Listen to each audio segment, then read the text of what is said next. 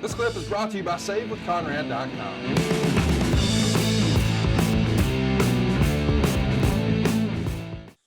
Terry's going to stick around the company a little while longer. He's going to mostly be working underneath with talents like Too Cold Scorpio, Big Van Vader, Dustin Runnels, etc.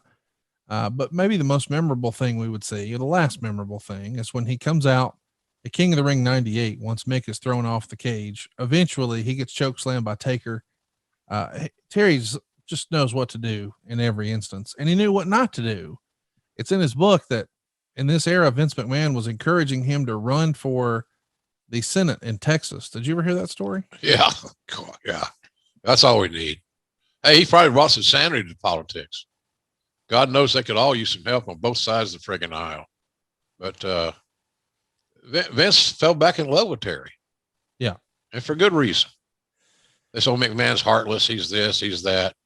Okay, you have to look. You can't draw a conclusive analogy, a conclusive opinion, Conrad, on somebody if you've never met them, you've never worked with them, you never had an interaction, you've only read about it, you've only gone or heard a podcast like ours, or something along those lines.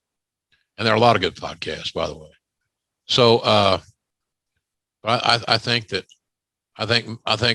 Vince just found that great newfound respect in Terry.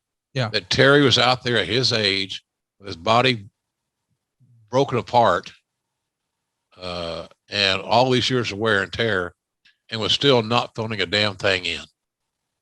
And that's what you want to permeate your locker room.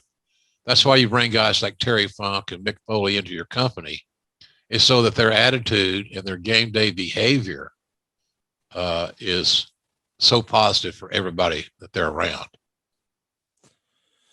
Terry's going to finish up this run tagging with Justin Bradshaw as Two Tough Texans. And then eventually he goes to Vince and says, the job here is done.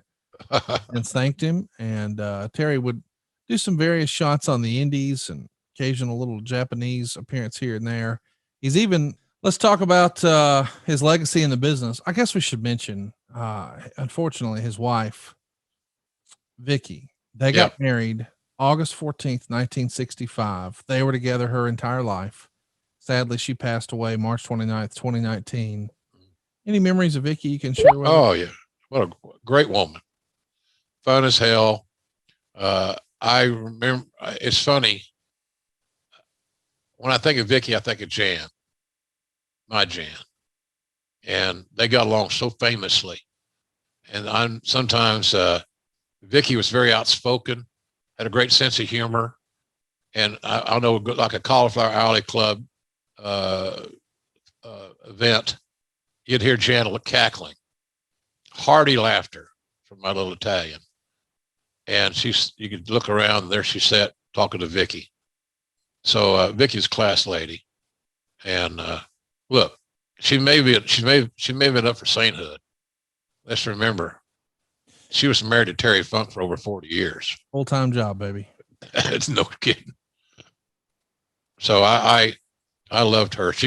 I have a picture of my photo thing where she's holding a bottle of JR's barbecue sauce. And I put a bottle of sauce, or we had a bottle of sauce put on all the tables one year at the Cauliflower Alley Club in Vegas.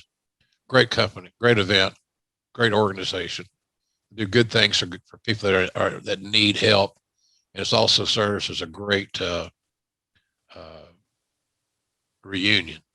I'm telling you, Conrad, if you took your cameras to the Cauliflower Alley Club and just became creative in who you interviewed, you might get some of the greatest ad-free stuff that you've ever found, because everybody's there in a talkative mood, and it ranges from big stars to underneath stars and whatever, but dedicated wrestling people. And you might hit a gold mine there that day.